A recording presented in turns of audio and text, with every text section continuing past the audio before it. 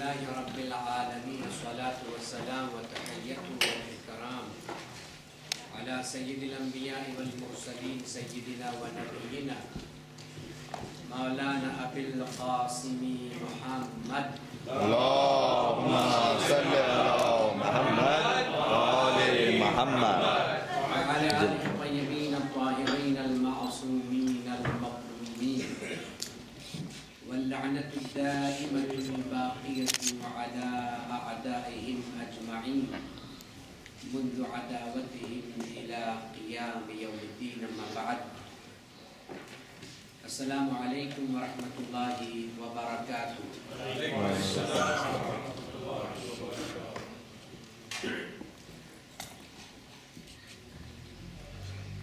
انسان جس دنیا کے اندر زندگی گزارتا ہے، جس سوسائٹی میں انسان پیدا ہوتا ہے اور بڑا ہوتا ہے، اپنے کو ایجوکیٹ کرتا ہے، انسان میں ایک خاصیت ہے کہ انسان اپنا اثر دوسرے کے لیے چھوڑتا بھی ہے اور دوسرے کے اثر کو انسان قبول بھی کرتا ہے. دانستہ یا نادانستہ طور پر یہ سلسلہ انسان کی زندگی میں بہرحال عمل پذیر ہوتا رہتا ہے کہ وہ اثر قبول بھی کرتا ہے اور اپنا اثر چھوڑتا بھی ہے. جو اثر وہ قبول کر رہا ہے، اگر وہ مستحکم ہے، اس کی بنیادیں مضبوط ہیں اور وہ ایک ایسا نمونہ عمل ہے کہ جس کی بنیاد میں ایمان ہے، جس کی بنیاد میں یقین ہے، تو اس کا چھوڑا ہوا وہ اثر جب دوسرے قبول کرتے ہیں تو چونکہ وہ خود پائیدار ہے، تو اس اثر کو قبول کرنے والے جب اس پر عمل پیرا ہوتے ہیں تو ان کا عمل بھی پائیدار ہوتا ہے.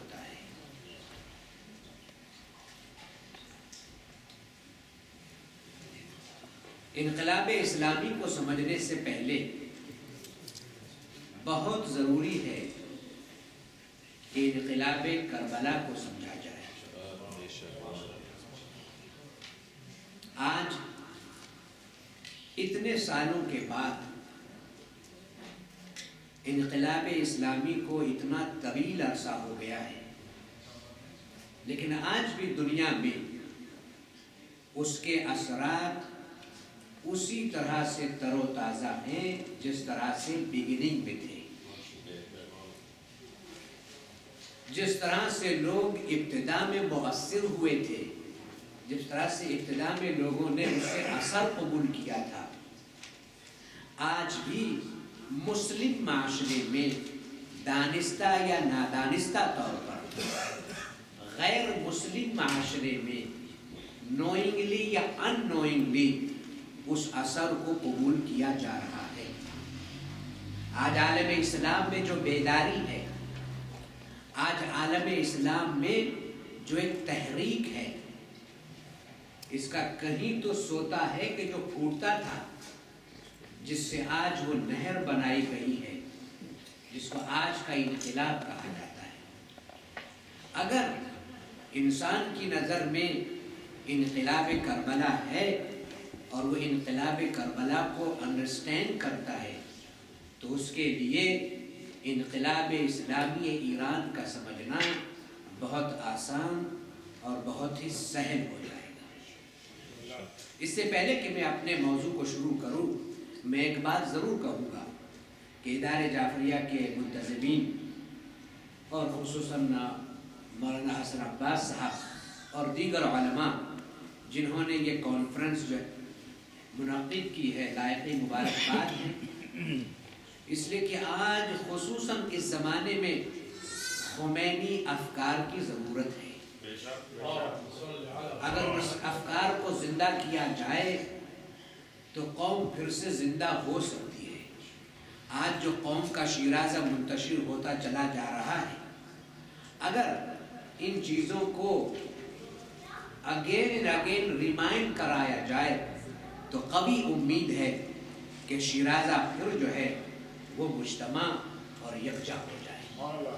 اس لیے میں ان کی خدمت میں مبارکباد پیش کرتا ہوں، اور میری اپنی گزارش بھی ہے کہ وقتاً فوقتاً ایسے کانفرنسز جو ہے ان کا انعقاد ہونا چاہیے، تاکہ مومنین و مومنات اور ہماری جوان نسل جو ہے اس نمونہ عمل کو، اس رول ماڈل کو اپنے ہاتھ سے چھوڑنے نہ پائے۔ ایک مل جل کر صلوات پڑھیں محمد آل محمد۔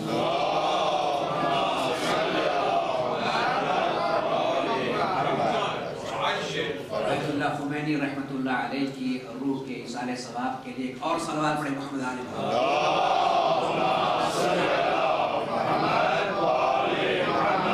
تاجیل ظہور امام زمانہ علیہ الصلوۃ والسلام کے لیے لاؤڈ صلوات پڑھیں محمد آل محمد۔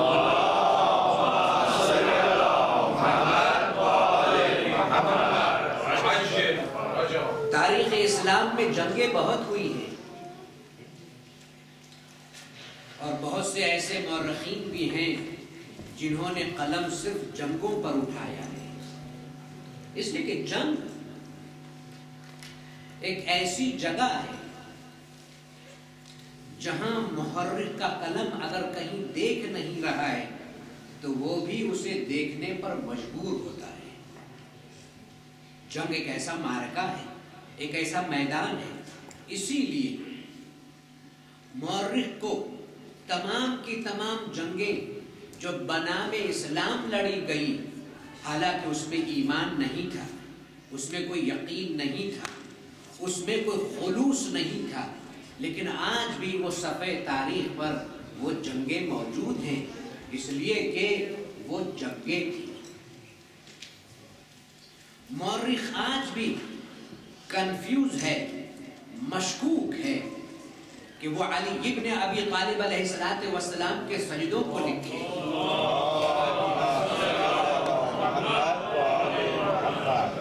اس کی نظر میں ابھی تک حسن ابن علی کی صفائی نہیں ہے، اس کی نظر میں اب تک باقی العلوم کا علم نہیں ہے، اس کی نظر میں اب تک جعفر صادق علیہ السلام کی صداقت نہیں ہے۔ جن مؤرخین کی نظر میں ان پاکیزہ ہستیوں کی زندگی ابھی تک نہیں ہے اور نہ انہوں نے کچھ لکھا، ان نہ لکھنے والے مورخوں نے بھی حسین ابن علی کے انقلاب کربلا کو لکھا۔ وجہ کیا ہے؟ جنہوں نے پہلے سے لے کر ہر امام کی زندگی پر پردہ ڈالا، دانستہ طور پر یا نادانستہ طور پر، لیکن انہوں نے انقلاب کربلا کو فراموش نہیں کیا۔ اس کی وجہ یہی ہے کہ انقلاب کربلا صرف محراب میں نہیں ہے، انقلاب کربلا صرف مدرسے میں نہیں ہے، انقلاب کربلا علی الاعلان میدان کربلا میں ہے۔ تو مورخ اس کو کسی طرح سے اگنور نہیں کر سکتا ہے اگر وہ جنگ ہے۔ حالانکہ کربلا سے پہلے جنگیں ہوئی ہیں، واقع کربلا سے پہلے، انقلاب کربلا سے پہلے جنگیں ہوئی ہیں، لیکن ان جنگوں کو آج یاد نہیں کیا جاتا ہے، تاریخ میں موجود ہے، ان کو اتنا دہرایا نہیں جاتا ہے۔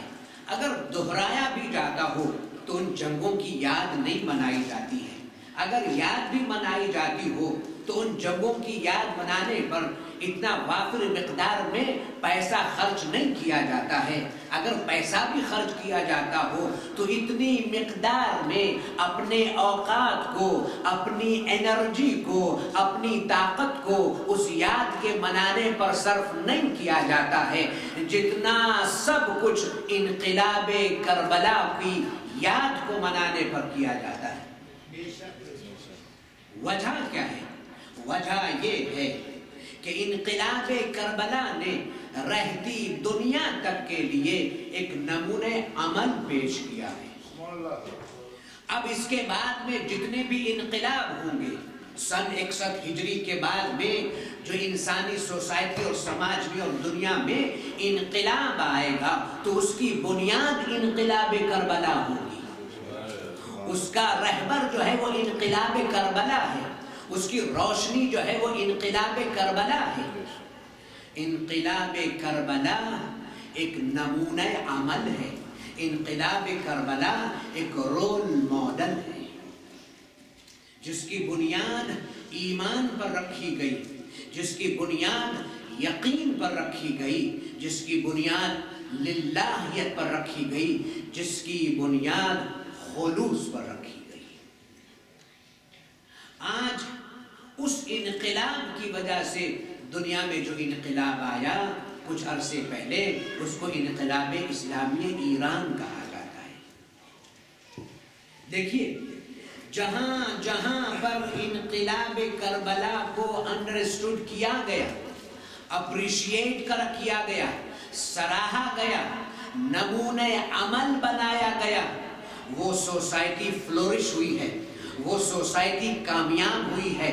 آج کا ایران اس بات کی دلیل ہے کہ اگر دنیا بھی انقلاب ایران کی طرح سے اگر انقلاب کربلا کو نمونہ عمل بنائے گی تو اس کا بھی سر ایران کی طرح سے بلند رہے گا.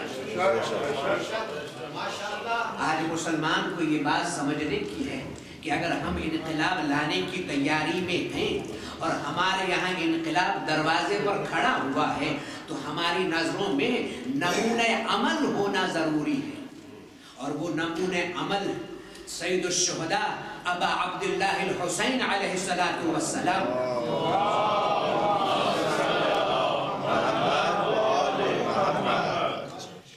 آج اگر ایران کی تاریخ کو دیکھیں، جنہوں نے اپنا نمونہ عمل اپنی اس راہ کو اختیار کیا ہے جو کربلا والوں کی ہے.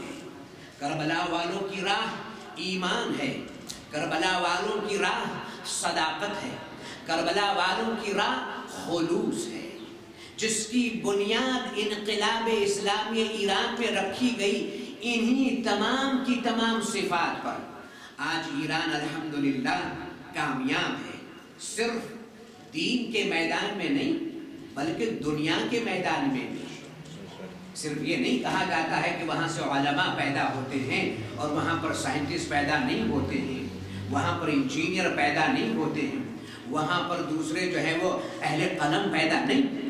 جس طرح کی ضرورت اس نئی دنیا کو ہے اس انقلاب اسلامی میں وہ ساری پوٹینشل پائی جاتی ہے کہ وہ اس طرح کا مواد سماج اور سوسائٹی کی فلاح و بہبود کے لیے وہ پیش کریں اور وہ پیش کر رہے ہیں.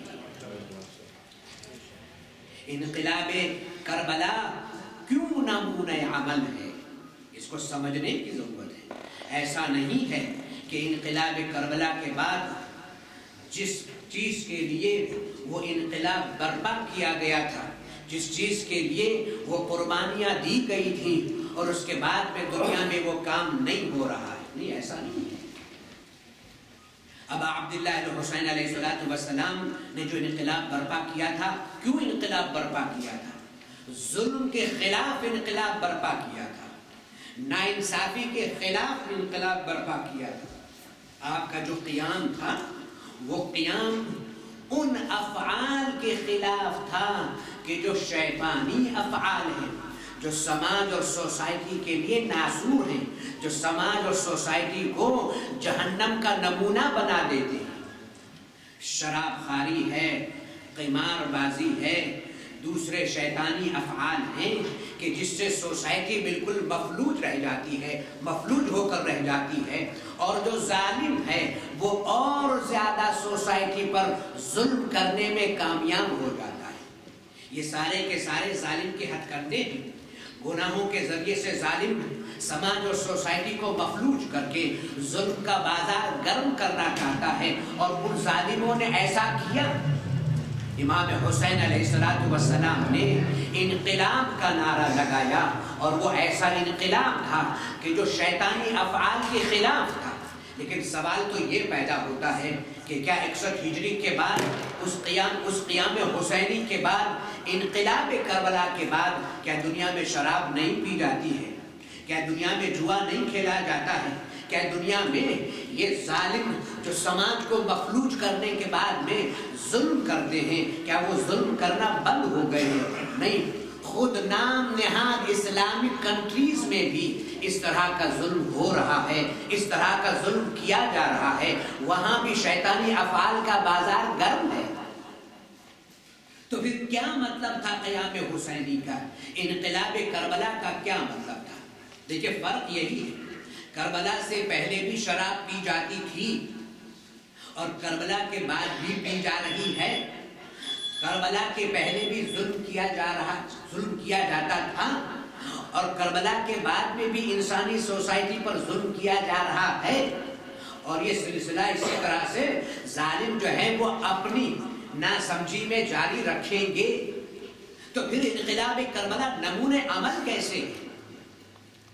انقلاب کربلا نمونہ عمل کیسے ہے؟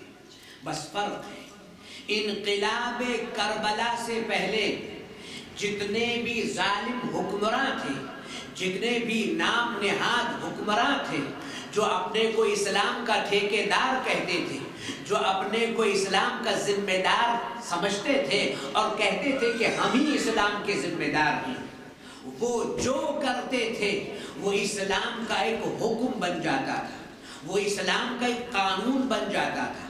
کربلا سے پہلے جمعے کی نماز بدھ کو پڑھی گئی، کربلا سے پہلے جمعے کی نماز عالم اسلام میں بدھ کو پڑھی گئی، پڑھانے والے نے پڑھائی اور پڑھنے والوں نے پڑھ لی۔ کسی میں یہ جرات نہیں تھی کہ کوئی یہ کہتا آج تو جمعہ نہیں ہے، آج تو بدھ ہے، آج جو ہے یہ کیسی نماز تم پڑھا رہے ہو اور ہم نماز پڑھنے کے لیے تیار نہیں ہیں۔ یہ کربلا کے پہلے کی بات ہے۔